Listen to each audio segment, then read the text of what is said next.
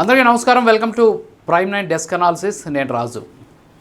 పవన్ కళ్యాణ్ మీద విద్వేషకరంగా రెచ్చిపోయేటటువంటి వైఎస్ఆర్ కాంగ్రెస్ పార్టీ, ఆ పార్టీకి సంబంధించిన నాయకులు, ఆ పార్టీకి సంబంధించిన సోషల్ మీడియా, ఆ పార్టీకి అనుకూలమైనటువంటి మీడియా ఇప్పుడు ఒక సింపతి గేమ్ని స్టార్ట్ చేసింది. పవన్ కళ్యాణ్కి అన్యాయం జరిగిపోతుంది, పవన్ కళ్యాణ్కి కూటమిలో అన్యాయం జరుగుతుంది, పవన్ కళ్యాణ్ కూటమికి సంబంధించి సైడ్ చేసేటటువంటి ప్రయత్నం చేస్తున్నారు పవన్ కళ్యాణ్ని, అక్కడ ఆయనకు ప్రయారిటీ తగ్గిపోతుంది అని తెగ ఆవేదన పడిపోతుంది వైఎస్ఆర్ కాంగ్రెస్ పార్టీకి అనుకూలంగా ఉండేటటువంటి మీడియా కావచ్చు, సోషల్ మీడియా కావచ్చు.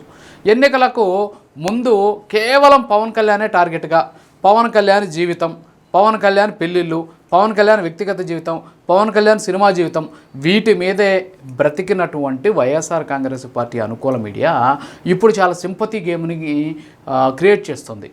పవన్ కళ్యాణ్కి అన్యాయం జరుగుతుందనేసి, పవన్ కళ్యాణ్కి ఏదో జరిగిపోతుందని చెప్పేసి, పవన్ కళ్యాణ్ని కూటమిలో సైడ్ చేస్తున్నారని చెప్పేసి చాలా తెగ బాధపడిపోతూ ఉన్నటువంటి పరిస్థితి కనిపిస్తుంది గత కొద్ది రోజులుగా వైఎస్ఆర్ కాంగ్రెస్ పార్టీకి సంబంధించిన ఈ సోషల్ మీడియా కానీ చూస్తే. ఎందుకంటే కూటమి అనేది ఏర్పాటు చేయడంలో ఎవరు అవునన్నా కాదన్నా, ఎవరికి కోపం వచ్చినా, ఎవరికి కాలినా కూడా ఇది చేసింది 100% పవన్ కళ్యాణ్. 2024లో ఆంధ్రప్రదేశ్లో కూటమి అధికారంలోకి రావడానికి బీజం వేసింది పవన్ కళ్యాణ్. ఇది ఎవరు అంగీకరించినా అంగీకరించకపోయినా అక్షర సత్యం.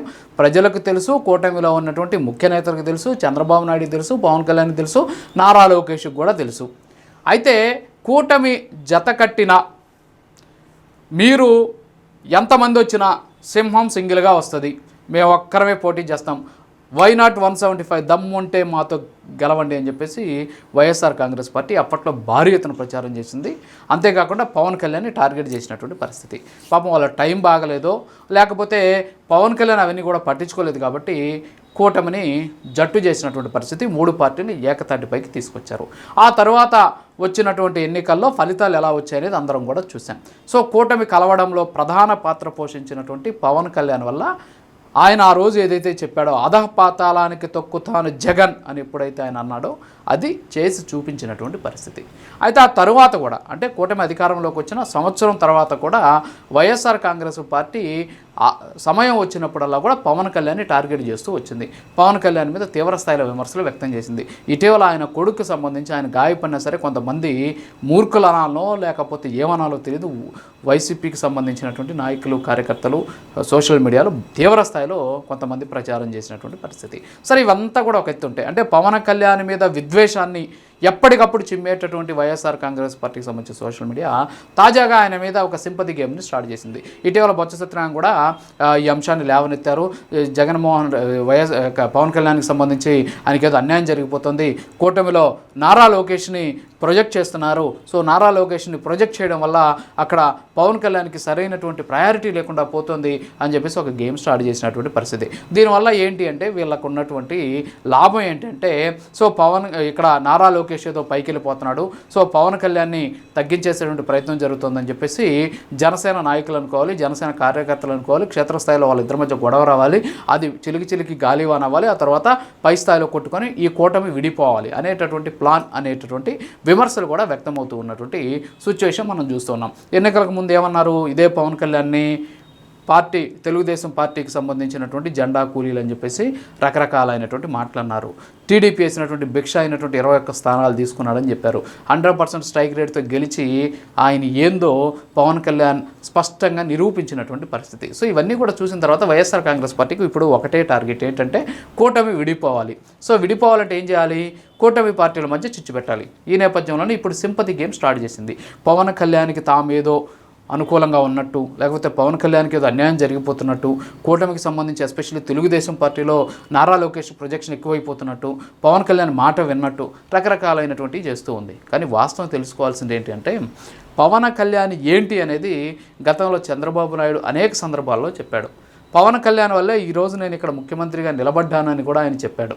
పవన్ కళ్యాణ్ కూడా చెప్పాడు చంద్రబాబు నాయుడు దశాబ్ద కాలం పాటు ముఖ్యమంత్రిగా ఉండాలని. అది ఎక్కడో ప్రెస్ మీట్లోనో లేకపోతే ప్యాలెస్లోనో లేకపోతే కనిపించినటువంటి ఓదార్పు యాత్రలోనూ చెప్పినటువంటి మాట కాదు, సాక్షాత్తు అసెంబ్లీలో చెప్పినటువంటి మాట ఏంటంటే పవన్ కళ్యాణ్ దశాబ్ద కాలం పాటు చంద్రబాబు నాయుడు ముఖ్యమంత్రిగా ఉండాలి అనేటువంటి అంశాన్ని ఆయన చెప్పారు. ఎందుకంటే రాష్ట్ర ప్రయోజనాల కోసం తీసుకునేటటువంటి నిర్ణయాలు ఏవైతే ఉంటాయో అవి ఆ ప్రజలకు మేలు చేకూర్చడం కంటే ఆ నాయకుడికి ఇంకొకటి ఉండదు.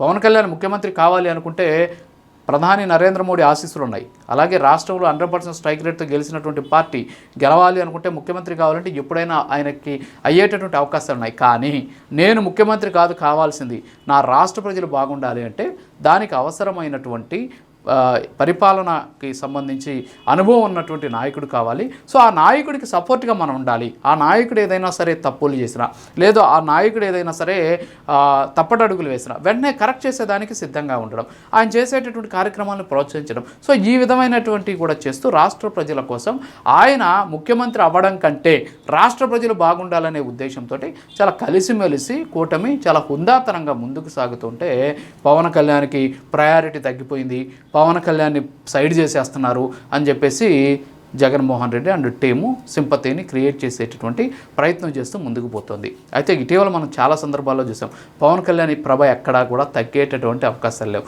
పవన్ కళ్యాణ్ని టచ్ చేసేటటువంటి పరిస్థితి కూడా లేదు. నారా లోకేష్ కూడా అనేక సందర్భాల్లో మహానాడు వేదిక మీదే అన్ని లక్షల మంది తెలుగుదేశం పార్టీ కార్యకర్తలు నాయకులు ఉన్నటువంటి మహానాడు వేదిక మీదే మా అన్న పవన్ కళ్యాణ్ అని చెప్పేసి ఆయన చాలా హుందాతనంగా మాట్లాడినటువంటి పరిస్థితి. సో పవన్ కళ్యాణ్ కూడా నారా లోకేష్ పట్ల చాలా అభిమానంతో ఉన్నటువంటి సిచ్యువేషన్. సో వాళ్ళిద్దరికి అసలు భావసారూప్యత లేదు, పవన్ కళ్యాణ్కి అలాగే నారా లోకేష్కి.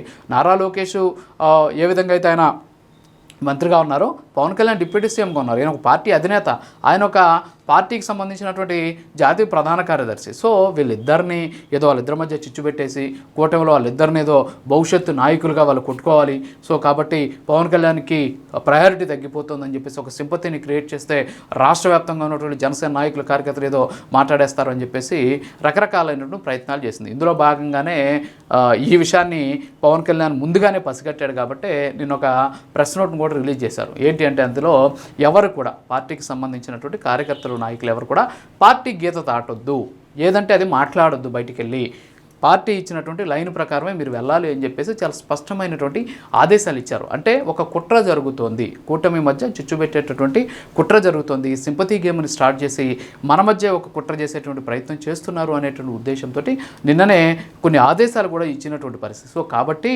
ఏదో కూటమిలో ఏదో జరిగిపోతుంది, పవన్ కళ్యాణ్కి ప్రయారిటీ తగ్గిపోతుందని చెప్పేసి వైఎస్ఆర్ కాంగ్రెస్ పార్టీకి కార్చేటటువంటి మొసలి కన్నీరంతా కూడా బోటకం అని చెప్పేసి అందరూ కూడా భావిస్తూ ఉన్నటువంటి సిచ్యువేషన్ కనిపిస్తుంది. ఇది ఇవాల్టి డెస్క్ అనాలిసిస్. మరో అనాలిసిస్లో మళ్ళీ కలుద్దాం. నమస్కారం.